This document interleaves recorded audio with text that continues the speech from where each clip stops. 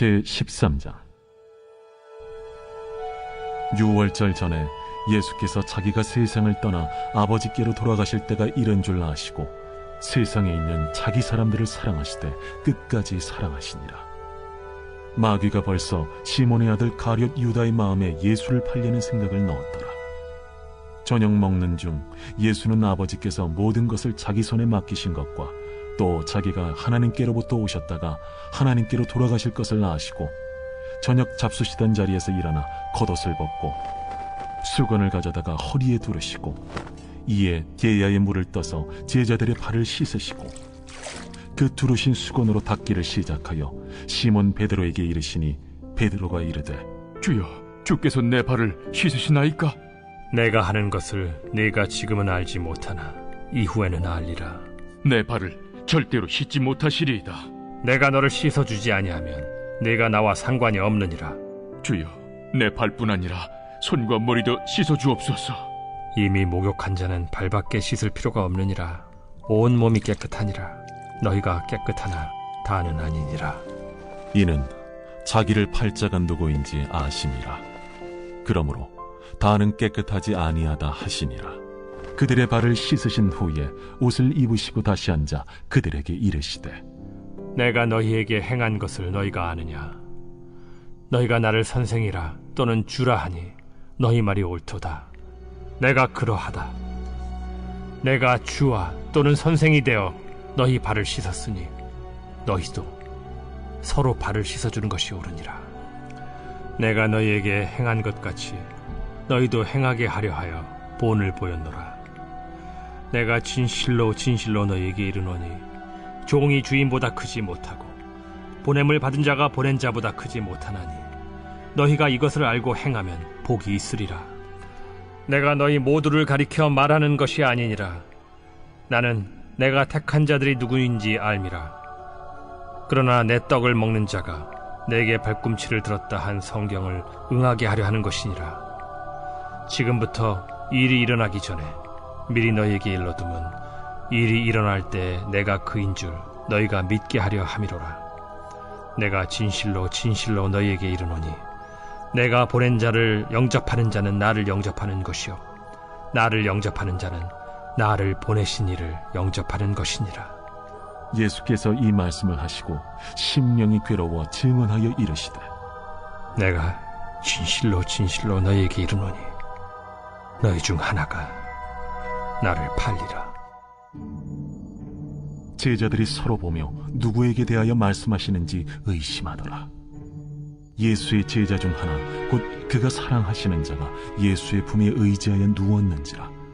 시몬 베드로가 머리짓을 하여 말하되 말씀하신 자가 누구인지 말하라 하니 그가 예수의 가슴에 그대로 의지하여 말하되 주여 누구니까?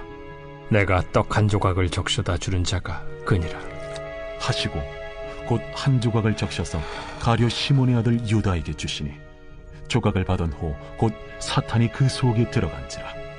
이에 예수께서 유다에게 이르시되 네가 하는 일을 속히 하라. 이 말씀을 무슨 뜻으로 하셨는지 그 앉은 자 중에 아는 자가 없고 어떤 이들은 유다가 동계를 맡았으므로 명절에 우리가 쓸 물건을 사라 하시는지 혹은 가난한 자들에게 무엇을 주라 하시는 줄로 생각하더라. 유다가 그 조각을 받고 곧 나가니 판더라. 그가 나간 후에 예수께서 이르시되 지금 인자가 영광을 받았고 하나님도 인자로 말미암아 영광을 받으셨도다. 만일 하나님이 그로 말미암아 영광을 받으셨으면 하나님도 자기로 말미암아 그에게 영광을 주시리니 곧 주시리라. 작은 자들아, 내가 아직 잠시 너희와 함께 있겠노라. 너희가 나를 찾을 것이나 일찍이 내가 유대인들에게 너희는 내가 가는 곳에 올 수 없다고 말한 것과 같이 지금 너희에게도 이르노라. 새 계명을 너희에게 주노니 서로 사랑하라. 내가 너희를 사랑한 것 같이 너희도 서로 사랑하라.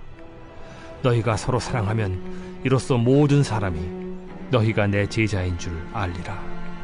시몬 베드로가 이르되 주여, 어디로 가시나이까? 내가 가는 곳에 네가 지금은 따라올 수 없으나 후에는 따라오리라. 주여, 내가 지금은 어찌하여 따라갈 수 없나이까? 주를 위하여 내 목숨을 버리겠나이다.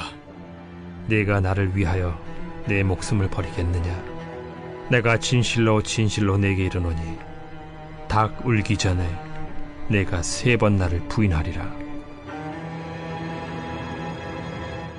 샬롬. 네, 우리 오늘은 13장 말씀을 함께 볼 차례입니다. 우리 1절부터 함께 말씀에 대한 의미를 좀 파악해 보도록 하겠습니다. 1절은 세족식을 배경으로 하고 있는데요. 우리는 예수님의 세족이 하나님의 인도하심 안에서 이제 죽음과 긴밀하게 관련되어 있다는 것을 알 수 있습니다. 가룟 유다에 대한 마귀의 역사를 통해서 이것은 더 극명하게 나타나게 되는데요. 3절에 의하면 제자들이 발을 씻기기 전에 예수님은 2가지 사실을 알고 계셨습니다. 첫째는 아버지께서 자신에게 모든 것을 맡기셨다는 것을 알고 계셨습니다. 이것은 예수님의 권위와 능력을 말해주고 있는데요.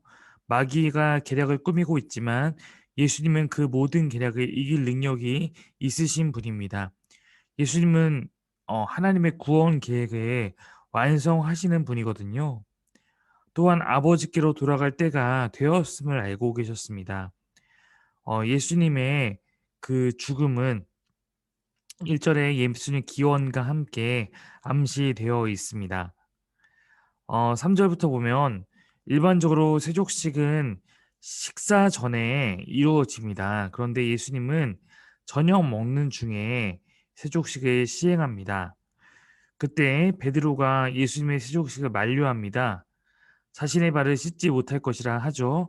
그러나 예수님은 베드로가 세족을 끝내 거부하면 그가 예수님과 상관없을 것이라 그렇게 말하고 있습니다. 세족을 통해 예수님과 관련이 있는 것은 곧 예수님과의 연합을 뜻하는 것입니다. 예수님의 죽음에 믿음으로 연합하여 정결케 되는 것을 의미합니다. 그리하여 예수님으로부터 영생을 얻고 교제를 갖게 되는 것이죠. 9절로 11절 말씀 보겠습니다. 예수님께서 정결하게 하시는 방법인데 예수의 말씀을 듣고 베드로는 그럼 온몸을 씻어달라고 말을 합니다. 베드로는 이미 온몸을 씻었다고 주님 말씀하시죠. 이것은 무엇을 의미할까요? 제자들은 예수님께 전해주시는 말씀을 통해서 그것을 믿고 따르게 되었습니다. 이것은 말씀으로 깨끗하게 되었다라는 것입니다. 요한복음에는 2종류의 정결을 소개하는데요. 세족식이 갖는 의미는 십자가의 죽음을 통한 정결이고 다른 것은 말씀을 통한 정결인데 제자들은 이미 말씀을 통한 정결을 이루었다라는 것입니다. 즉 목욕과 세족이라는 2가지 정결 방법을 통해서 주님의 사람으로 나아가는 궁극적인 연합을 말하고 있는 건데요. 이거에 대한 제가 참고 도서를 봤을 때 주의할 점은 목욕과 세족 간에 우열이 없다는 것이라고 말합니다. 목욕은 정결의 주요 방법이고 세족은 부수적이라고 생각하는 것은 본문의 뜻을 잘못 이해한 것이라는 의미입니다. 목욕과 세족은 정결의 2가지 종류를 나열한 것이고 십자가와 말씀은 그 자체에 어떤 우열이 있는 것이 아니라 예수님의 구속 사역을 포괄적으로 드러내는 2가지 종류다 이렇게 이해하면 좋겠습니다. 자, 12절부터 보시면 말씀을 12절부터 15절까지 보도록 하겠습니다. 네.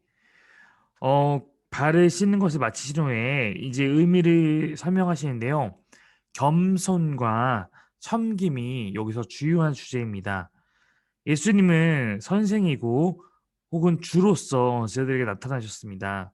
그런 예수님이 제자들의 발을 씻어주신 것처럼 제자들도 서로의 발을 씻어줄 수 있는 겸손과 섬김이 있어야 한다는 것입니다.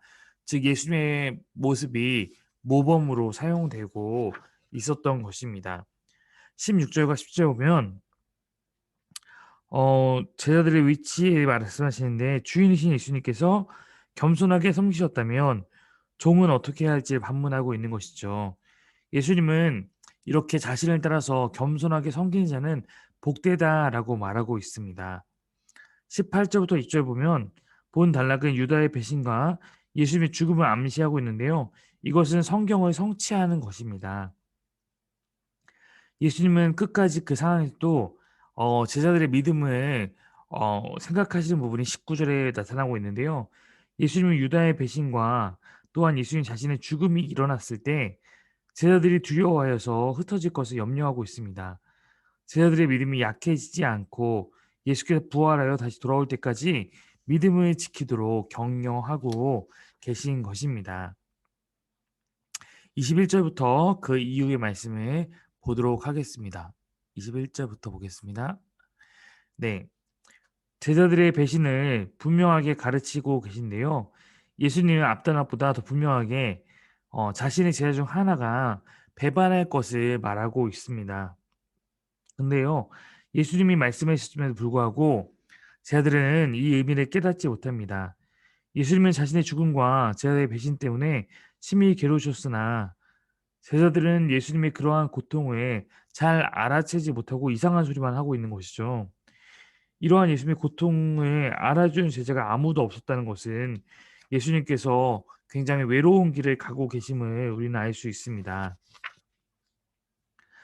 23절부터 25절을 보면요.